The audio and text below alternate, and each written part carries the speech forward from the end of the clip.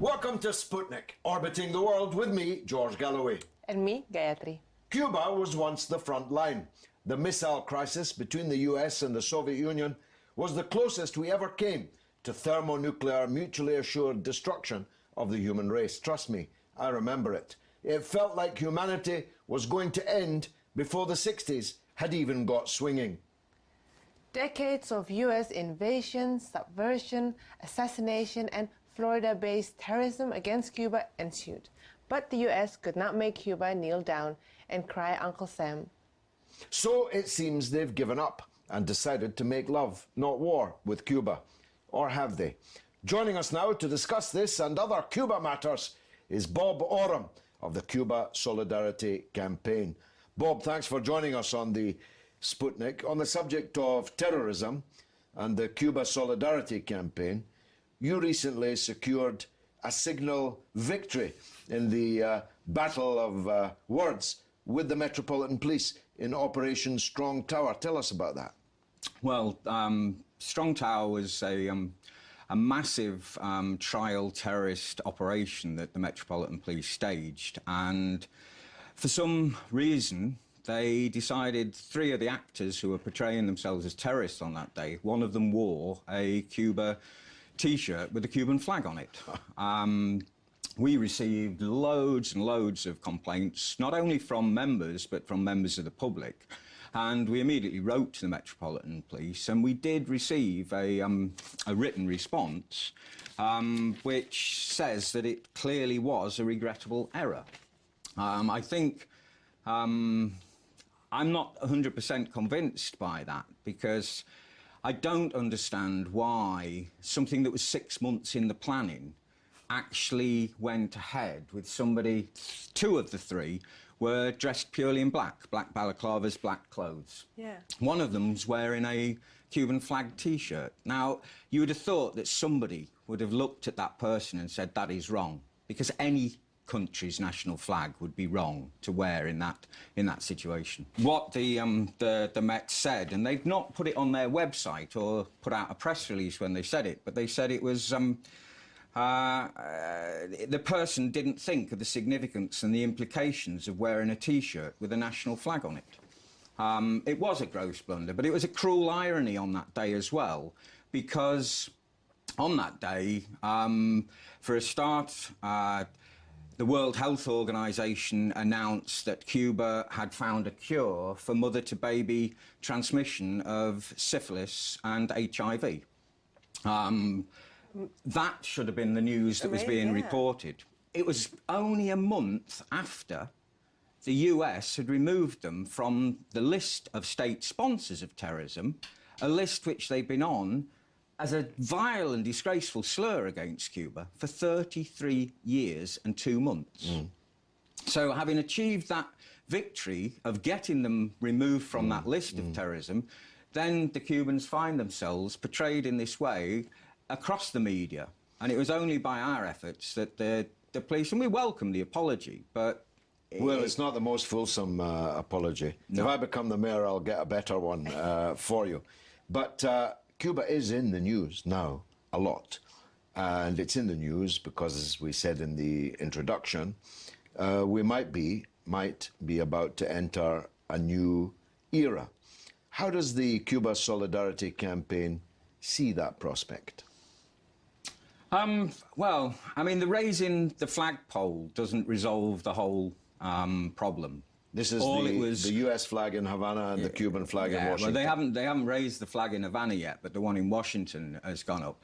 But that doesn't resolve things. This is clearly a process, not an event, and it's going to take some time because there are a number of substantial issues still to be resolved to achieve that normalization of relations.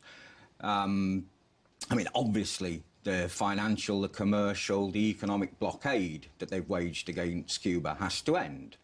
And it doesn't end automatically as a result of this. No, no. And it doesn't end because part of the things that are happening are Obama's responsibility. He can do them, but some things can't. The Cuban Democracy Act, the Helms-Burton Act, enshrines in American law the fact that there can be no normalization of relations with Cuba until Cuba has adopted democracy. And you know, whose version of democracy? Exactly. You know, democracy on what basis? So that's got to end. There's the thorny problem of the illegal military base and prison that's on Guantanamo Bay. Last month there was the House massively increased the multi-million-dollar programs that are used from America to fund internal destabilization or activities against Cuba.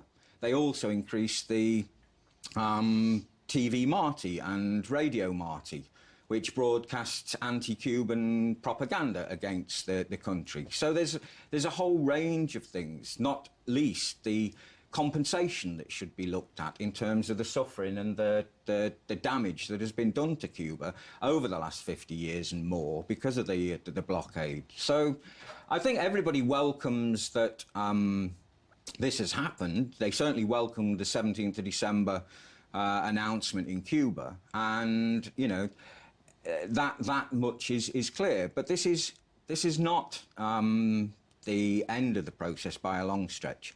All they've done is change the strategy, but the objectives are still the same. They want to create a client capitalist state in their backyard that ipso facto loses its own sovereignty as part of that process. Yeah, but Fidel or Raúl, in their case, would not allow that, right?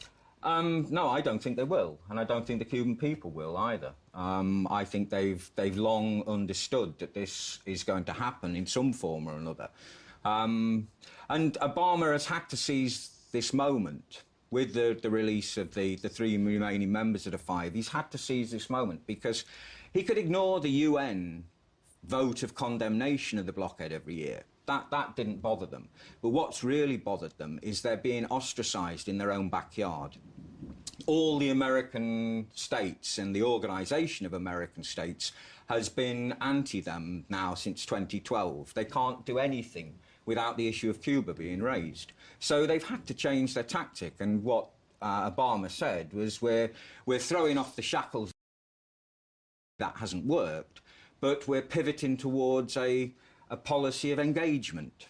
And they will try, as you said, to have that engagement on their terms. The Cubans, I think, and they're great negotiators. They've won all the discussions so far. They're great negotiators, and I think they'll be resolute in their determination to ensure the end of the blockade, Guantanamo coming back, and, you know, stopping even an embassy interfering in the internal affairs of a sovereign nation state, because that's what the special interest section did. If they're normalising relations, then it has to be normal relations that every other country gets in the world, and it should be no different for Cuba. At the very same time as President Obama was engaging with Cuba, of course, and taking Cuba, as you pointed out, off the list of states that supposedly sponsor terrorism, he put Venezuela on that list and stepped up sanctions against Venezuela.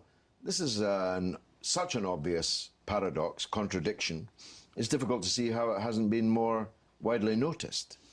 Good point, George. I mean, I think it has been covered in some press, but not, you know, and I think we work very closely with the Venezuela Solidarity Campaign, and that's a message that we are intent on getting out and sharing widely. As I said, you know, Venezuela's not had that tactic tried on it, so they are trying it.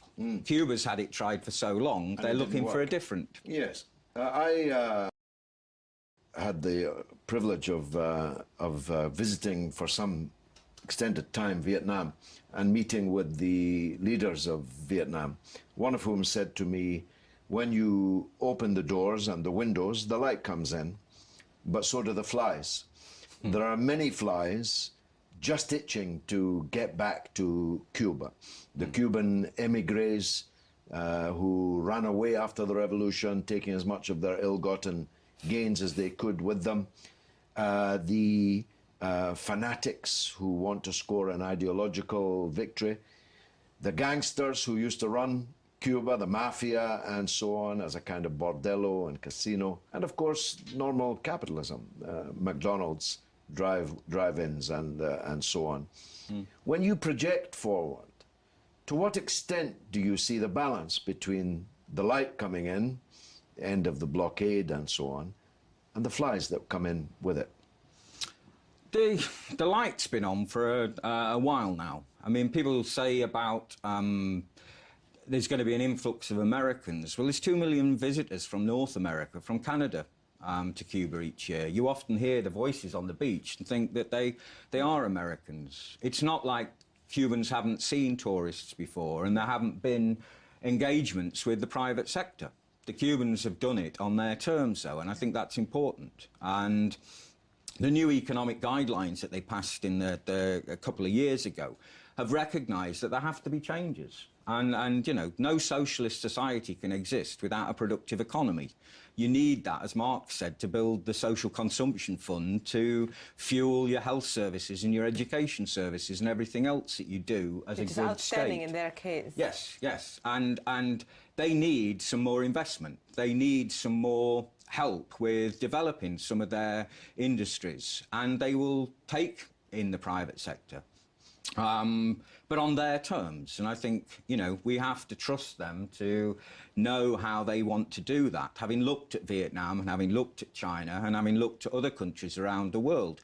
The one thing that the Cubans won't do is simply fall into America's hands. They've learnt the lesson in one sense with, you know, the sad demise of the Soviet Union. They had to go through totally restructuring their economy. What they will have in the future is a range of countries in which they trade with, so that they've got a basket of currencies and economies to do business with. And I think there will be naturally a relations with their nearest neighbour, and there should be relations with their nearest neighbour, but it will be on their terms.